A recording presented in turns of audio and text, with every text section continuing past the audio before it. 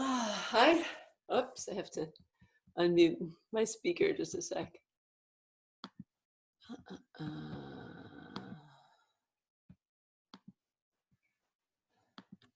Hi.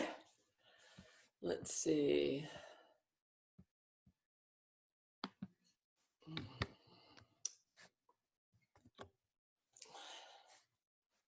Still getting going. Hi, Dana. How are you? You're muted. Good. How are you? Good. Good. Although it's been an interesting time. Sure. Okay. Hi, ladies. Let me pull everything together. Hi, Sarah. How are you? Okay. So today's the new moon, everyone. The full moon, sorry. Did the full moon in Libra with the Aries sun. I think I'm going to try to do a video about it later today. Put it out. Nice. Okay.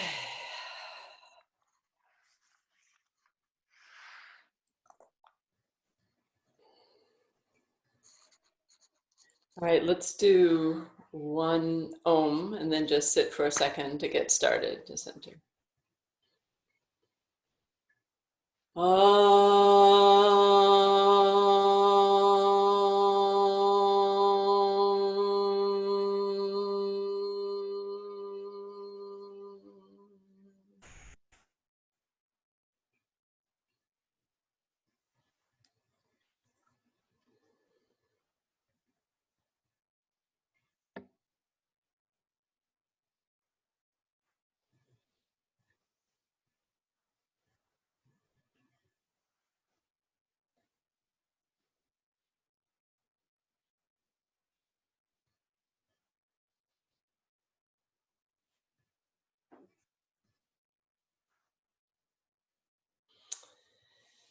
All right, hello everyone.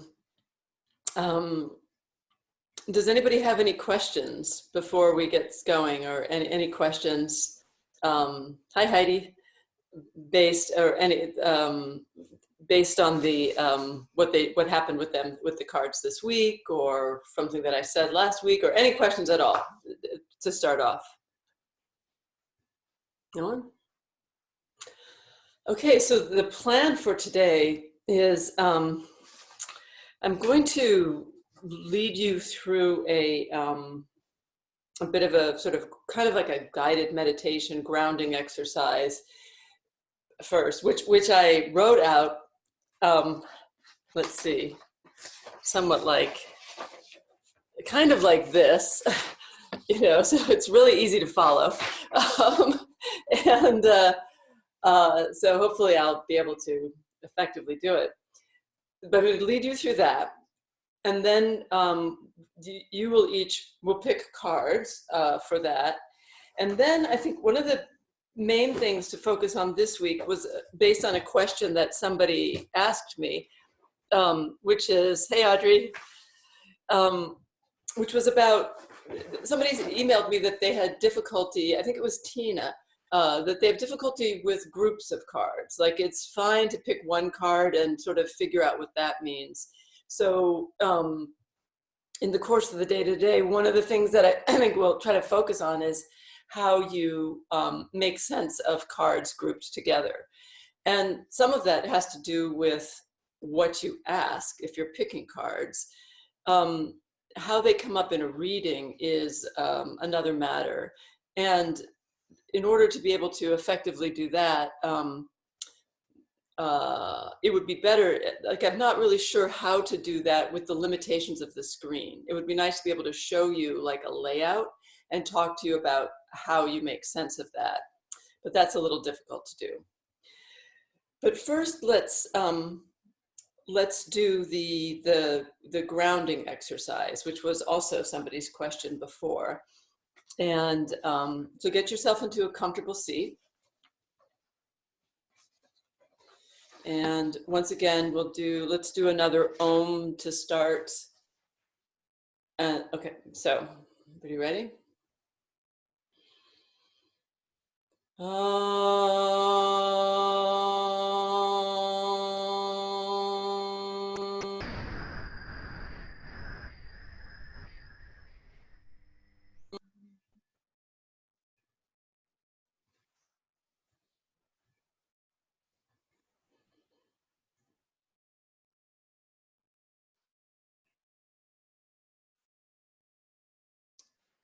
Close your eyes and feel yourself grounded. Feel your spine upright. Feel the heaviness of your seat and the points of contact between your seat and the pillow or chair, and your feet and the ground. Breathe in slowly through the feet or through the base of the spine, up to the top of the spine, and then down. Breathe again, up to the top of the spine, and then down.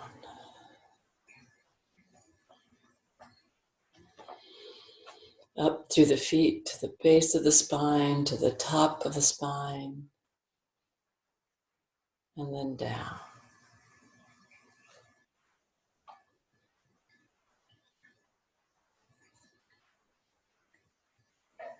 Breathe once from the top of the spine, down to the base of the spine and the feet, and then back up.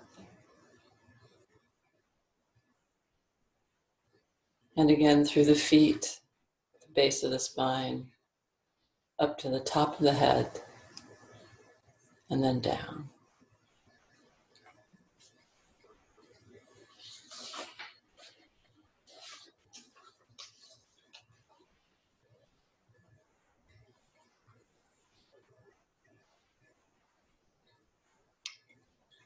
First, become aware of your body, of the spine holding you upright, of the points of contact between your seat and the chair, your feet and the ground, your hands on your lap.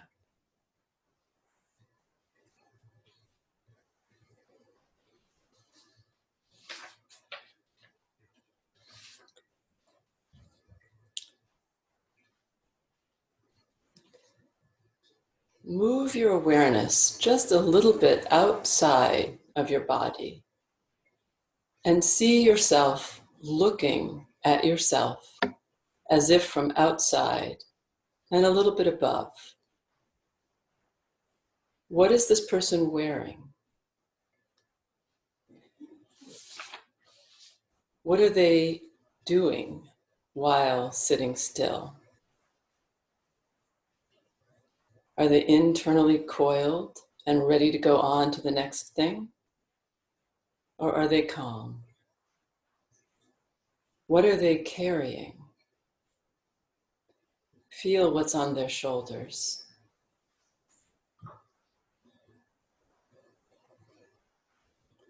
What are they wearing? What are their eyes trying to do underneath the lids? What is their jaw doing? How are they holding their body? And what do you see when you look at that person and how they are holding their body? What they are wearing, how their head is positioned on their shoulders. What is going on in their head? What do you think of this person? What do you see about this person?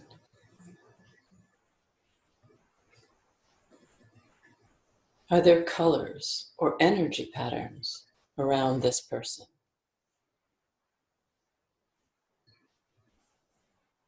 Are they able to stop trying to be somewhere else? And can they see you?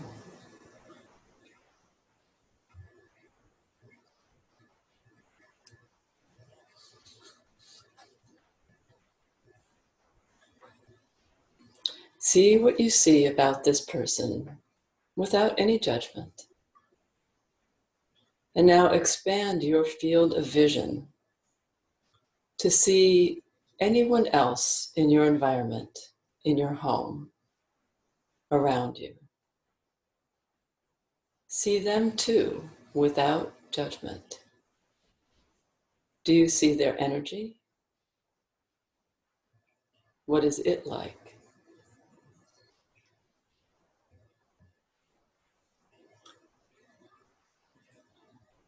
And expand your view one more time to see as broad as you feel like seeing about the energy in the people surrounding you.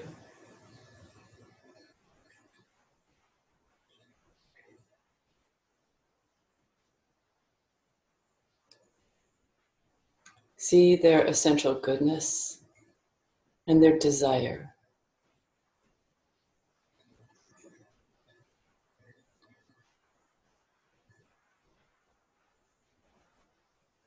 Their hopes, their fears, and whatever it is they are focused on.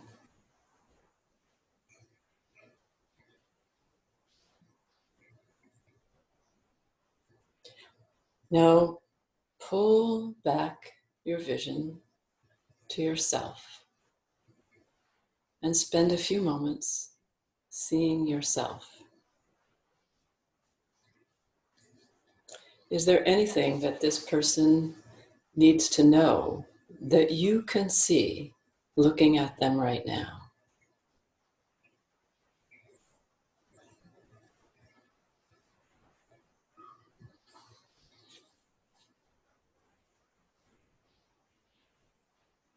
If you have your cards available, move your hand over the cards, mix the cards, and you can open your eyes if you want to, and pick one card. Hold onto it first without looking at it, and feel the energy of the card. What do you feel that it is going to say or speak about to you? Just have a general sense. What question is it answering that has been bothering you, whether you knew it or not? You don't have to know the answer, but see if you feel something.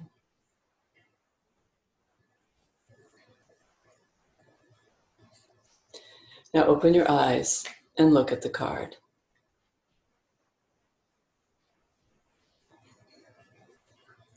Let yourself take in the message from the card without even having to know what the card actually means.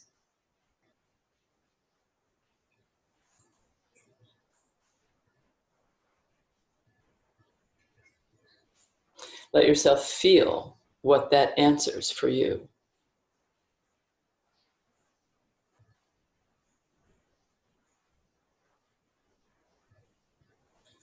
If you have questions still about the card, don't worry, we're going to pick another card later, but let yourself feel what this card has to say.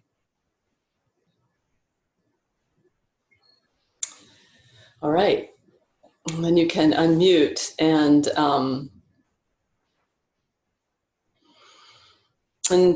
so let's talk. So first of all, I want to know how you experience, if you were able to move outside of yourself and have a view of yourself as separate outside of yourself and see your energy.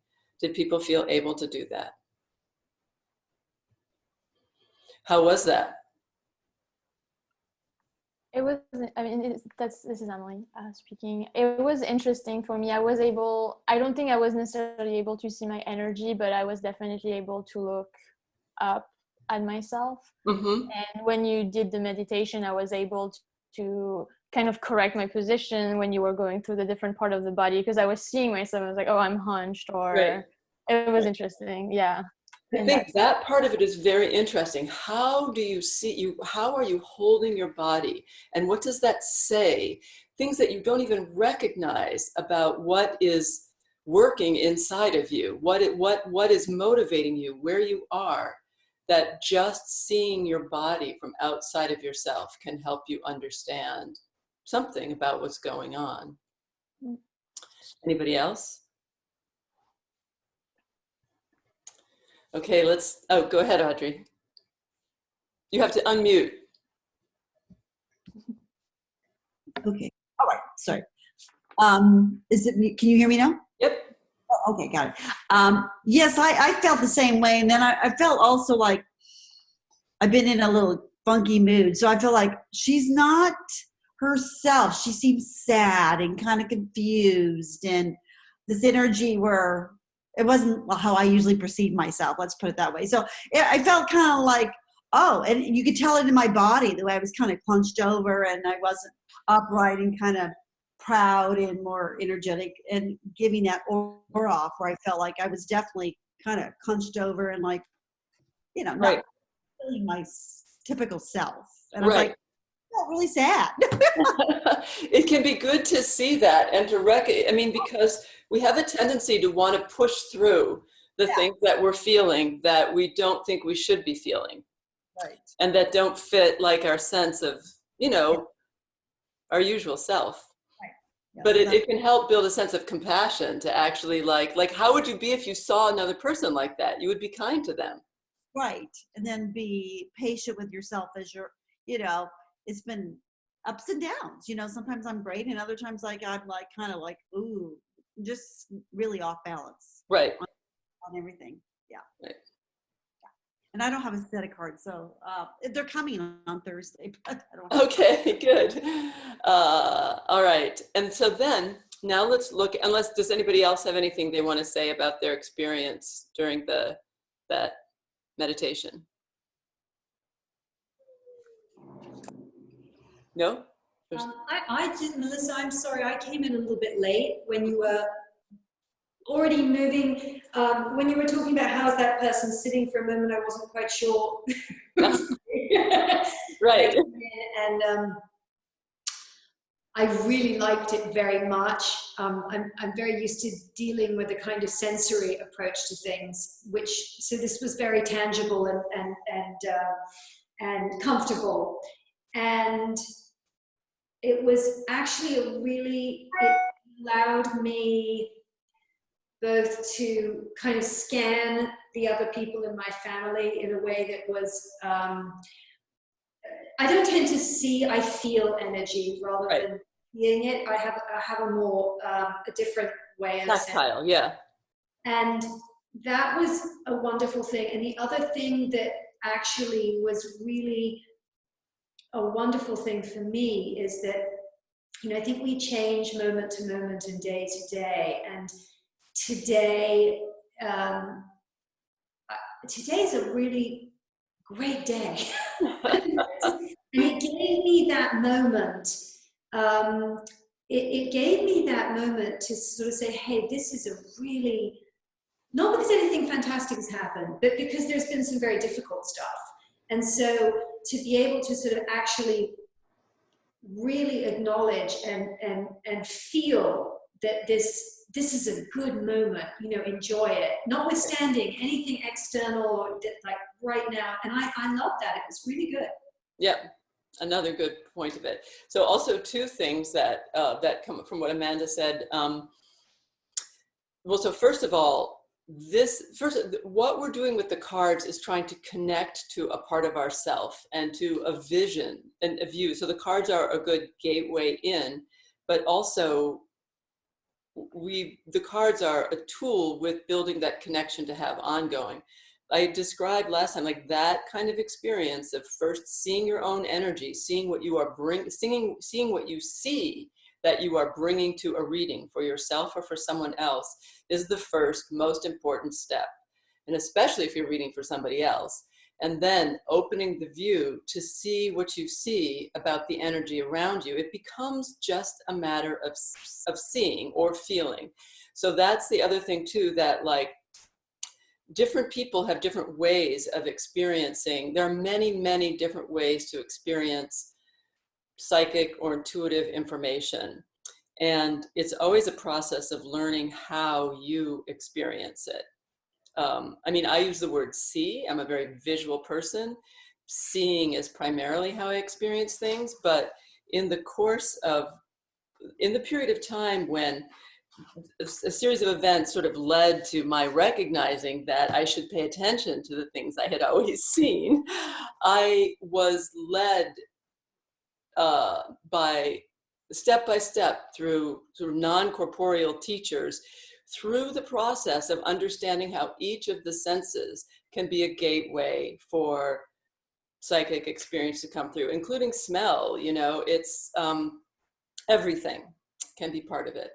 So now and then the next question is, now the card that you picked. Why don't you guys all show the card that you picked? Just hold it up to the screen so I can see. So let's see, we have the Ace of Wands reversed for Dana, the 10 of Swords for Amelie, the Hierophant for Sarah, interesting, the Ace of Pentacles reversed for, I can't see who that is, oh yeah, for Heidi, that's what I thought. I should pick a card for Audrey, and then we have, Amanda, what did you get? Oyster, okay, and then Tina, you have the 4 of Swords. Oh, very interesting.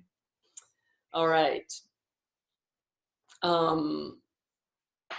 Let's start with the Ace of Wands reversed with Dana. How did that feel for you?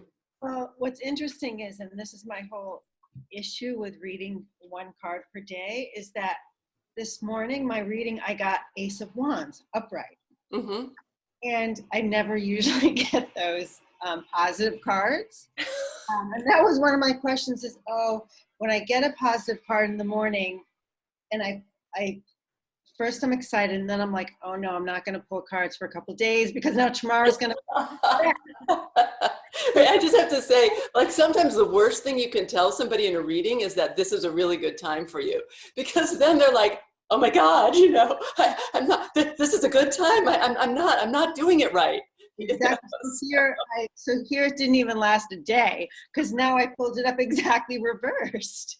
So Dana, I think that's really fascinating that you picked the same card. So again, the point of picking a card every day is to also learn the meaning of the card. So you are learning what the Ace of Wands energy is about, both in its positive sense and in its like less well expressed sense. So it's about, so how does that resonate with what you feel? Actually, I don't know what it means reversed because I haven't looked that up. I only know what it meant upright. So when I saw it reversed, I don't know if that means lessening of the energy or that, because it's like spark and new beginnings, like such a positive one that I'm like, is that now the opposite of that?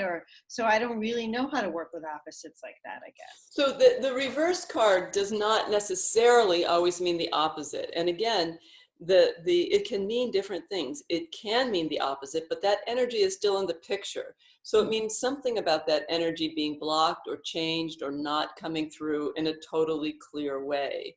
Okay. Sometimes the Ace of Wands reversed can also be like that. So, you know, like all those teachers about Zen masters who like hit somebody with a stick. The Ace of Wands reversed can also be that stick. It can be like something that like whaps you upside the head a little bit. It's not a big, painful, horrible thing. It can be something that gives you a little bit of a like. Okay, terrific. But often it's also more like, like that. It can be also that spark energy becoming seeming to become a little bit diffused, but that spark energy is still in the picture. Okay, I get it. Melissa, can I ask a question? Yeah. Directly related to Dana and reading the cards or doing them every day or more than one time a day. How, I'm not quite sure I'm going to ask this the right way, but related in a way to moods and emotions and states of mind and thought. When people sometimes will feel, you know, I'm a happy person, or I'm depressed, or I'm, when in truth, our moods are mandated by our thoughts, and our thoughts are changing all the time. And you realize you're generally not in one state for very long. Actually, there's a lot of change throughout a day, an hour, a week. You know, these things can, and so with the cards, even though obviously they're not about emotions, they're more about potentialities, I suppose. How does that relate to, you know, if you read your card, just as Dana was saying, you pull a card in the morning and then you pull a card in the afternoon, and I don't know, one says joy and the other one says the devil or something. I think a lot then has to do with, so that's some of why I also did that whole grounding exercise first. After you do that kind of exercise where you look at yourself, you already are infusing the process of picking the card with a certain level of meaning. You don't have to do that exercise or any exercise every day before you pick the cards. You just have to approach with the right intention. So if you already know the cards, that's one thing. That's almost more difficult. But if you don't know the cards, picking a card a day is a way to both learn something about the cards. What do I need to learn about? And it's a way to focus we're always every day telling ourselves a story about ourselves. And, you know, part of the whole, I know all of you are yoga practitioners. So part of the whole, you know, the whole raison d'etre of the yoga practice is to learn to kind of slow the mind down, to focus it so you can control it. So that card then becomes a focal point. How do I understand what is a focal point for me to see my experience today, or what's important for me to know about my experience today, or what, and then the other important thing too is to learn when, like, then you get to be too much where you're dependent upon it and you're thinking this has all the answers, but the answers aren't really anywhere, you know, so that then you get to the point where you're like, all right, that was good, that was one experience, but now I've learned, like for example, Dana picking the Ace of Wands reversed. Does that mean that now the whole day she's gotten it wrong? No, it doesn't. You know, it's not a, but so it's about both learning how to take that tool and see your experience in the light of it, and also to let that go. Does that make sense? Does that answer the question? I'm assuming that what we're also saying is that, you know, the answer is not in the card. The answer is the tool, as a tool as we use other tools to access your intuition. And your intuition, and when you come to, for example, preparing yourself before you read the cards, as you would prepare yourself before you do anything that requires a certain amount of focus and concentration,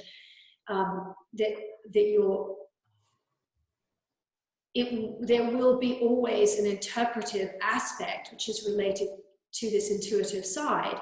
And so it's what you bring with you to that reading, what your question was, where the card then takes on its relevance. It's not a... what you bring to it, what you start from, why you're approaching it, is meaningful in terms of it, but you're also developing a communication between yourself and another part of yourself. Yeah. So it's not, so you have to be open to to whatever the message is, not to trying to rationalize the message based upon what you think you brought to the table. Mm-hmm. You know, you have to understand that it's like a communication. So let's keep going to, so Amelie, what did you get again? You got like the 10, did you get the 10 of Swords? How did that feel? Yeah, I got the 10 of Swords. Yeah, it was interesting because I saw this guy being stabbed with all those swords. I was like, oh, well, that's nice. And it made me think of, like, obviously death, but I was thinking maybe death of the ego, or like that's what resonated with Mhm. me. The question that came up during the meditation was, what now, or like what comes next? Yeah. So So this that, is, yeah. so I like, so that interpretation of the, in my cards, I did the 10 of swords like that. This is the deck that you're getting, Amanda, not the actual literal one, but this is, so this is very consistent with, like, this is a kind of like sacrificial Inca-like image, with the sword. So it's very consistent with the notion of the death of the ego. It does really, it's the 10, it's a small card. It's not like the death card. So it's sort of like letting go of something or something ending, some particular thing. Okay. All right. And you got the Hierophant, didn't you, Sarah? Yeah. That's a really interesting card for you to get in light of what you were saying happened with your work. Yeah. Yeah, did that. So the Hierophant is a major arcana card, and it,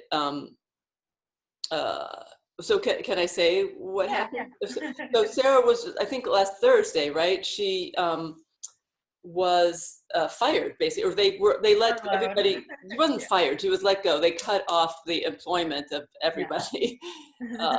And it was rather sudden and unexpected and not very well done, and a little bit, so obviously that's somewhat traumatic. But the Hierophant is about work also. It's about right work in society and the right relationship to society. It's about teaching, it's about family, it's about job, not in the sense of status, but in the sense of what we do that gives to society. So it's a really significant card to come up for you, and really positive, I would say, in the sense of being about thinking about that, about occupying that seat yourself. Did that feel right? Yeah, and I've also, even before the furlough came, we were kind of shifting to this place of working from home, and I tend to dig deeper into my spiritual practices then. And so it just resonated with me in that way as well, that like that's actually my real work, and it's like I have this space to kind of dive deeper into that, which I'm always appreciative of, and always brings up this thing of, well, when things are going well and I am busy, I should still be having these practices so deeply. But it's always when everything hits the fan that I'm like, okay, let me go back in. So that kind of came up for me as well. Yeah. I think that makes all that makes a lot of sense, and it's powerful and important, and feels really feels good. So you see the difference too here between like the circumstance that you're in, like whether it's appropriate for you to be thinking like about, for example, getting the Hierophant versus getting the 10 of Swords. The 10 of Swords is not the death card. It's not about thinking about this overall, like this potentially traumatic but transformative experience of letting go in a big global sense, global in your life. It's about a particular experience that you have to let go of. So on different days, like the scope of what you are given the message to think about varies. So all right, Heidi, what did you get? I got Ace of Pentacles upside down. Oh wow, that's another ace reverse. How did that feel for you? Not great. Why?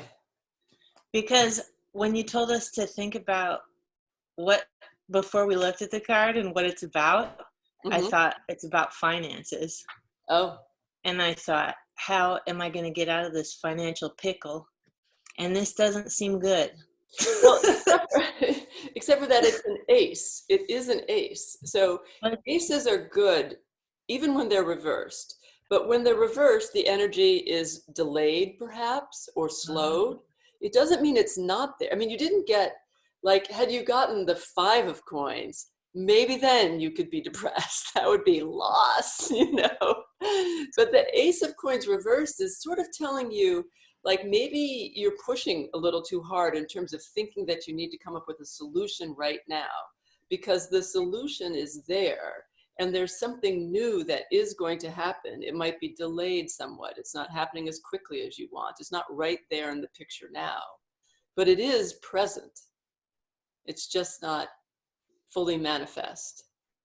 And a little bit the sense to get that particular ace reversed is definitely a bit of a, you have to be patient sometimes. The manifestation, that beginning manifestation energy happens when it's ready to, and not necessarily when you would wish it to be ready. But it definitely shows, it's not like if it had come up right side up, then you would be stoked, as they say. You would, like, oh, good, something new is coming. But it's more like something new isn't coming right now, but it will. Does that make sense? Yeah. Yeah. That's a common theme for me. I always have to be patient, Melissa. So it's not necessarily so I think that's also an important thing with the reversed cards. Like, the energy is in the picture. It's just not being, it can be fading, but given what she was thinking about, it's more like the notion of you can't make it happen right away. All right, Audrey, I just picked a card for you. Well, let's go through and I got this card, the Queen of Pentacles, the Queen of Coins. So what? I have no idea what that means. Right. All right. Well, so I think I will actually, just to kind of give you, let me see, just write that, to give you an experience.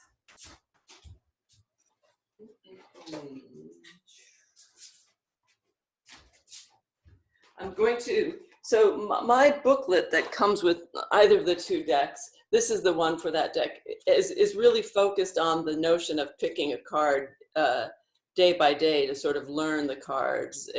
I mean, although it also has more than that, but it gives you the Queen of Coins. Enjoy the abundance available to you through your work and your life. Life is good. So given that that's not what you feel, the Queen of Coins is, I think the Queen of Coins is really a lovely card. I was going to talk about the court cards today, and maybe we'll do that next time. It's all the queens are the water energy, which is feminine, and the coins are earth. So it's a very feminine card, but it's about enjoying the emotional and physical, but with something like feeling physically comfortable in your life, allowing yourself to feel the physical comfort that you have and the pleasure in sensuality in a very simple, in a very basic sort of human sense.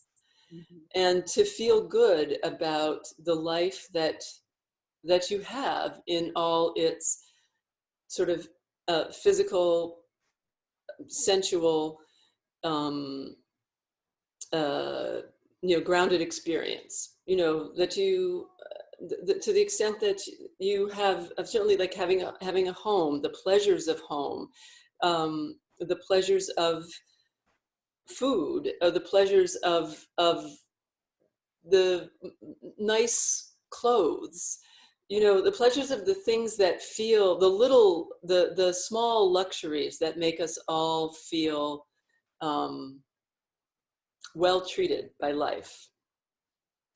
So it's telling you, given the circumstance of feeling what you feel, to a little bit is telling you to not so much indulge yourself, but to let yourself feel what is luxurious and abundant in your life. And again, it's not the Empress. It's not like, it's more like in a small way, in a but very real and earthy way. Let yourself feel. That's so interesting. I'm here in Boise, Idaho, at my house here that I've been renovating, and it overlooks the Boise River and the Greenbelt.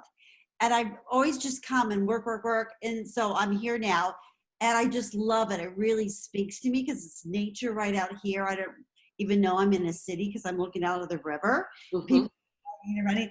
And I was just on a business call yesterday, and all of a sudden they said, "What are you grateful for?" I said, just stopping and being able to hibernate here in this beautiful setting that I'm looking at. And I felt so blessed and honored to not be in my apartment or somewhere else, but to have this amazing spot all by myself. And I'm very, very happy. And my sister lives 4 houses down. Yeah, so that's exactly right. And that nature aspect is very much. Others, like 5 minutes away. So it's like, wow, we all landed here at the same time. It's nice. Yeah, good. All right, Amanda, what was the card that you picked? Oh, yours was the oyster. Yeah, I have that deck, but it's not one that I'm like really familiar with. I have the book. Okay, so what does it say about the oyster? It says, underneath it says, patient secret keeper, hiding inner treasures. The focus and determination of the oyster is unmatched. Anything an oyster personality puts their mind to, they achieve with grace and charm. The only problem is oyster types often take their inner gifts for granted. They become shy or doubtful, and this can lead to withdrawing or protecting their deepest desires and life's work. When the oyster card appears, it's important to reveal your inner treasures. What is it you've been hesitant to share? The world is waiting to see. And then underneath it says, when in balance, feels blessed, generous, and masterful. When out of balance, reluctant, gripping, clams up. And then it says to bring into balance, share something. To bring into balance what? Share something. Oh, and how does that feel? Did that feel? Yeah, I haven't. I did read these through about 2 weeks ago, but so it's gone in. No, I mean, I think that it's not like you had to know in advance what it means. No. Especially with a So deck when I like picked that. up the card, I just kind of picked it up quite. Yeah. When I opened my eyes, totally, and I was really pleased. Yeah. Like I really liked it. I had a real sense of liking that. That's good. Yeah. Yeah. Yeah, I like the notion of the pearl. I mean, I would point out that the oyster has to die to give up the pearl, but it's, Well, it's interesting because the question I had certain questions in here. I did have a question, and I thought it was it answered it appropriately. Yeah. Okay, good. Tina, do you want to say anything about your card? You have the 4 of Swords. That's very appropriate for somebody who is not physically, who has the camera turned off.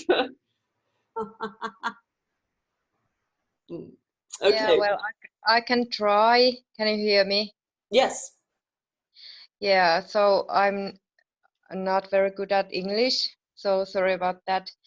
I think I kind of see myself lying in here, Mm-hmm. the way the character lies there in peace, but also some kind of like, what's the word?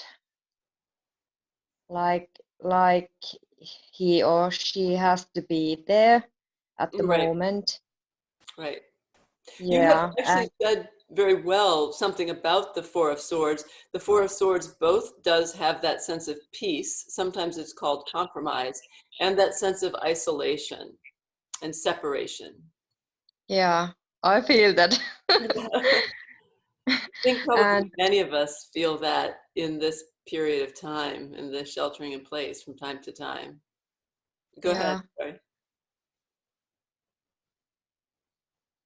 Did picking the card feel good? I was kind of surprised to get that card because the day's cards were also swords cards. Swords, Yeah, and well, I was kind of excited about that, the way you said to look at the card, not to think about the given meanings, Mm-hmm. but through the way I felt at the moment. Right. And especially because we did that meditation before, Mm-hmm. this spoke to me also, maybe because of that, even more about that kind of piece. Yeah. But also there's something like a prisoner or something. Yeah.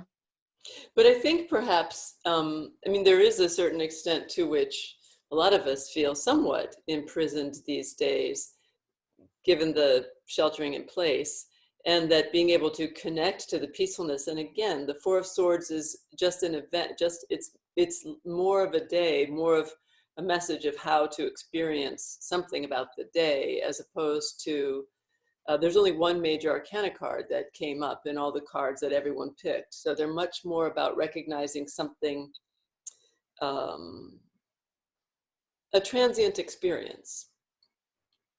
Yeah. Okay. So Tina was actually the one who asked about picking 2 cards. So how to read more than 1 card. So let's spend a little time. We're just going to sit again for a minute and think about the card that you picked for the day and what comes up for you around it, whether it's confusion or disappointment or happiness or, and think about that. And then I think a good question to think is, it could be something like, what else do I need to know about this? Or what am I supposed to do about this? Or tell me something else about what this means to me. Like, how am I supposed to work with this card? Like, it could be just for the day or in a bigger sense, or if you feel, or what happens, you could even say what happens next. But we're going to spend a moment, we're just going to sit, think about what the question is that you want to ask, what further information you would like, and then pick another card. So we'll sit for a minute and then I'll say, okay, pick another card. So take a moment to sit. And again, breathe in through the feet and up to the top of the head. And out. And do that 2 more times yourself.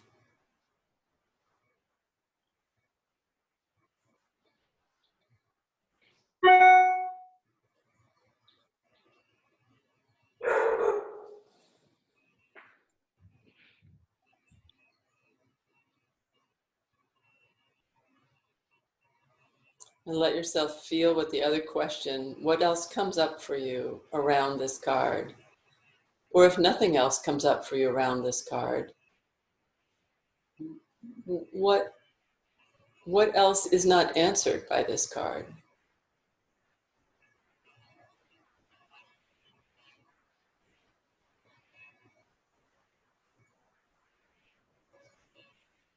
And pick another card.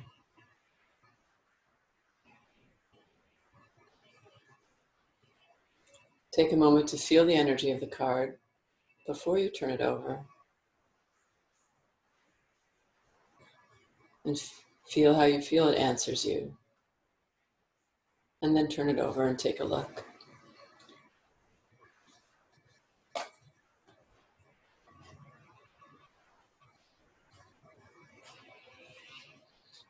Okay. So now everybody show the 2 cards that you got. And I'll show Audrey's. Oh, wow. Okay, so Amelie got the Hanged Man and the 10 of Swords. And Heidi got the Ace of Pentacles reversed. And what is that? Was that the Page of Pentacles? It must be. All right. And Tina got the King of Pentacles. Oh, that's really a nice combination. And Dana got the Angel. And what is that card? I can't tell what it is that you got, Sarah. The 9 of Cups. The 9 of Cups. Oh, that's a nice one too. And Amanda, what's your other card? It's the Otter reversed. It was reversed, right? Okay, and then you got the Queen of Pentacles and you got the 8 of Pentacles. So there's a lot of pentacles showing up here. We don't have enough time to talk about everybody's grouping of cards. Is there anybody who feels particularly connected to their group or feels particularly confused by the group? And then I would also point out that Amelie has a pretty intense one. So if we're going to talk about any, we might start with her. Does anybody, or is there anybody who has like I can say a little bit about everyone's, but Amelie, yours is, how did that feel? Well, I have the Hangman as the second one. Yeah, at first I was like, okay, I'm getting destroyed by 10 swords and then I'm getting hanged. But I was wondering, maybe it has to do with having patience. Mm-hmm. I don't really know much else. I haven't gone through, learning more about this card, so I'm not Right. 100. Yeah. I would suggest that those of you who got a major card, a major arcana card for either one of your cards, that you, so I've suggested you could watch the videos that I posted about that particular card. You could read more about that card or just sit with the card, the major arcana card. So I think getting a minor arcana card for either one of them and then the major arcana card, it definitely tells you something. Like, here's the event that you're experiencing today in a bigger picture.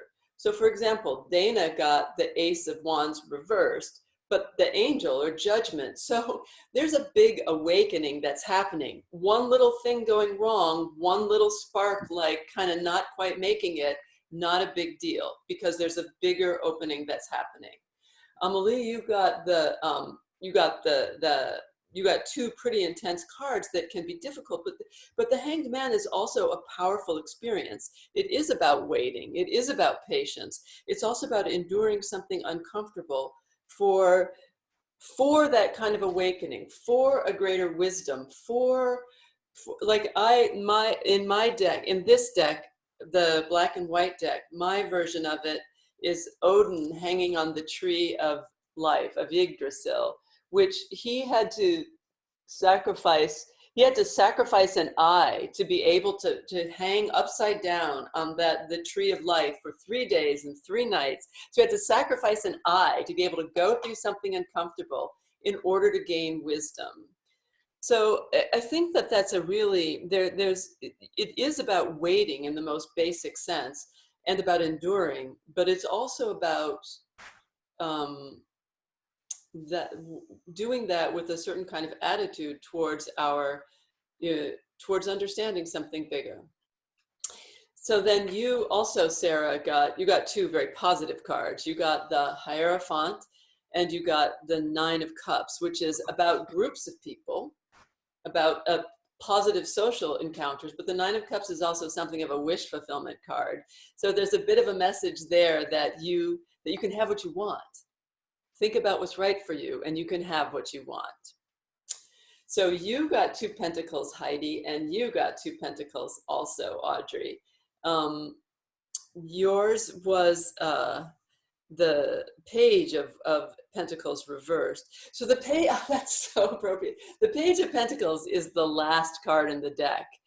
And sort of like the I Ching ends with the 2 last hexagrams in the Book of Changes, which is a philosophical and divination Chinese text. But the second to last hexagram is after completion, and the last hexagram is before completion, which would sound like it is backwards, but it's like there is no ending. The last hexagram is before completion. So it's the Page of Pentacles is a seed card. When the Page of Pentacles comes up reversed, it's often like, it's like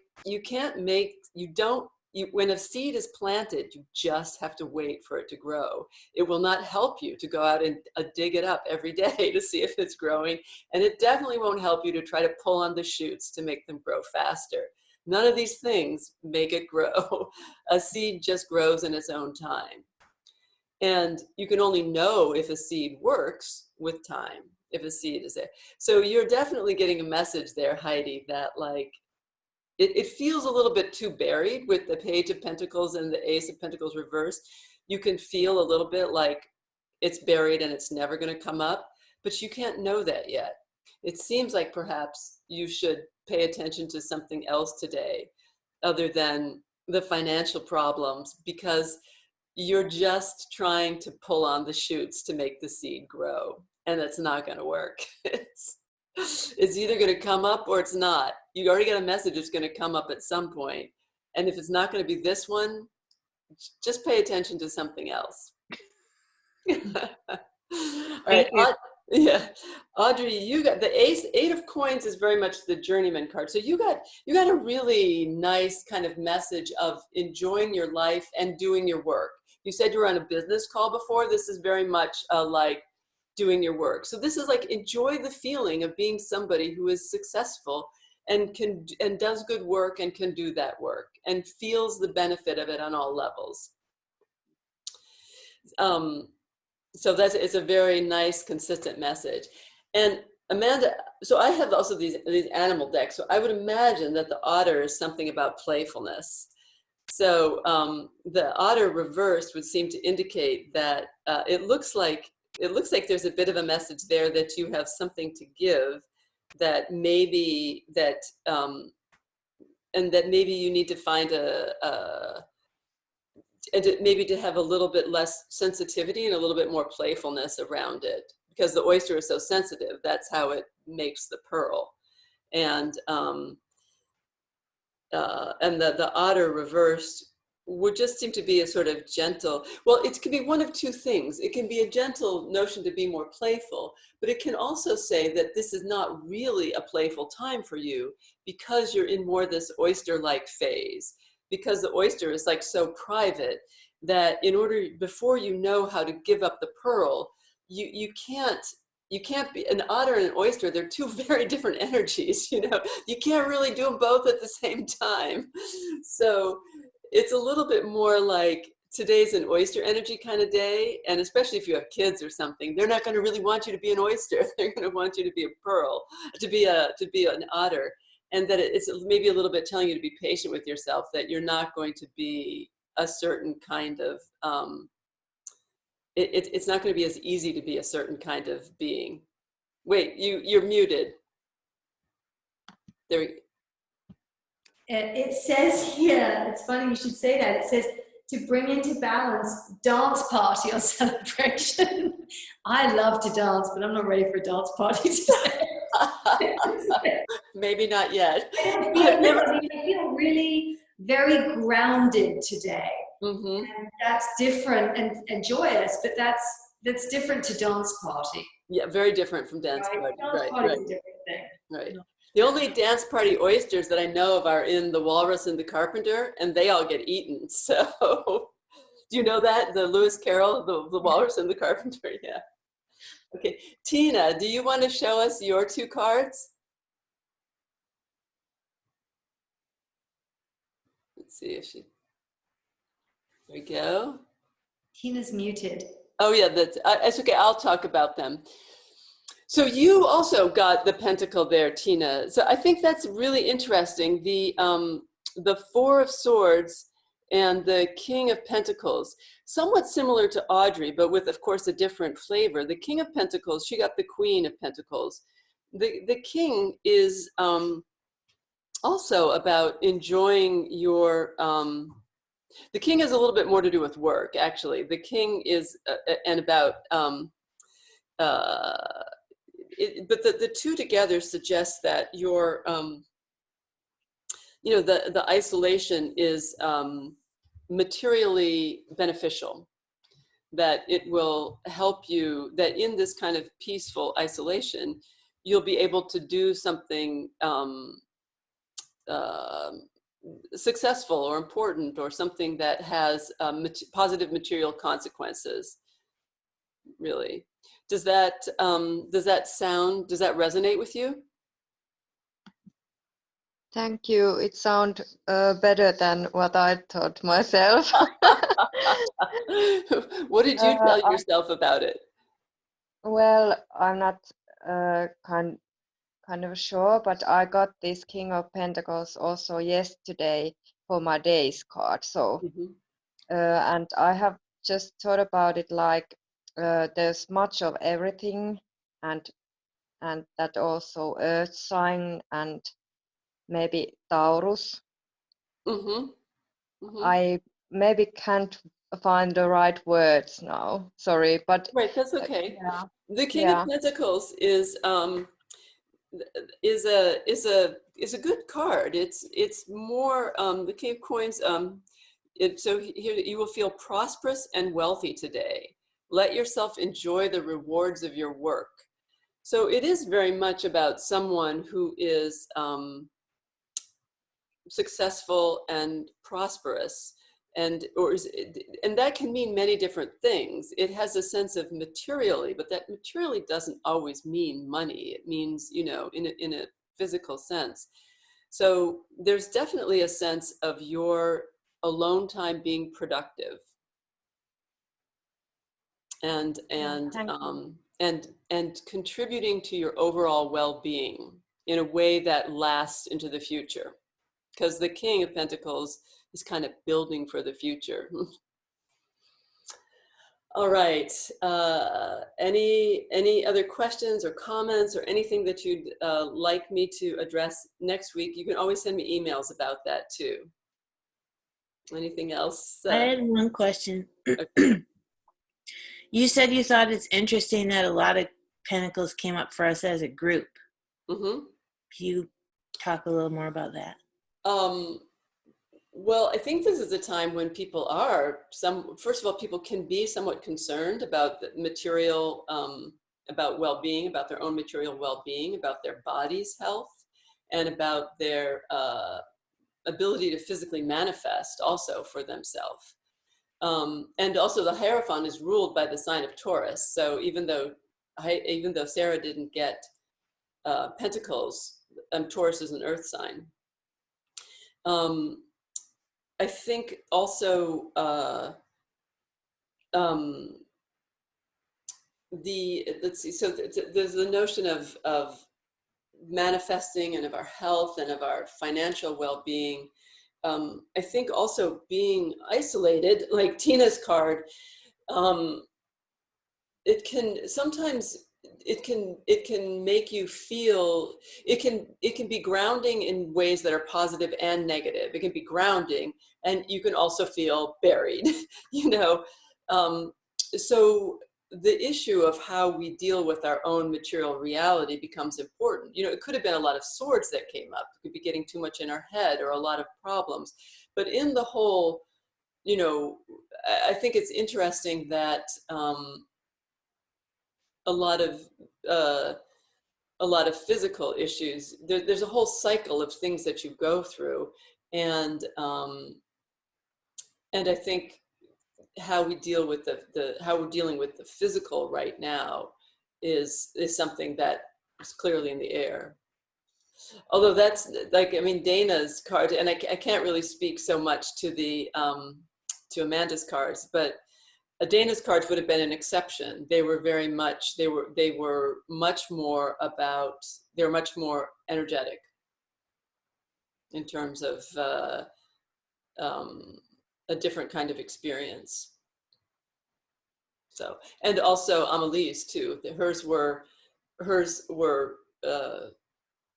about a more kind of powerful internalized experience, I would say, than about physical reality, manifesting in physical reality.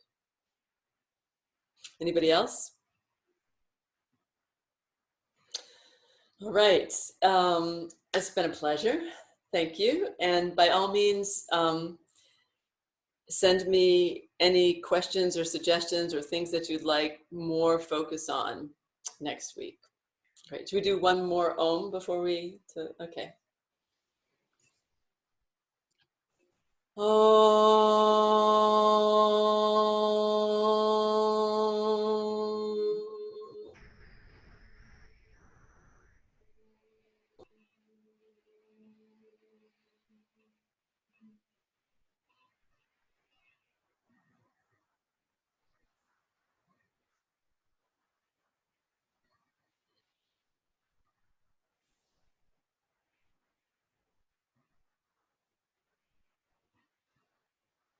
Thank you. Thank you. And one final suggestion. So T, who didn't come to this class, she sent me an email though that had like the cards that she picked for the week. But an interesting thing that she did that you could consider doing, for a number of days during the week, she asked the same question every day. Now she was asking a question about about the relationship with someone, with an important person in her life, obviously. And it wasn't like a troubled relationship, but that's very interesting in terms of like, also like thinking about a particular path or a particular, like then you can have a sense of your own progression through an issue. You could ask about a relationship, or you could ask about, but she was like, what do I need to think about my relationship with this person, like every day? But it could be anything.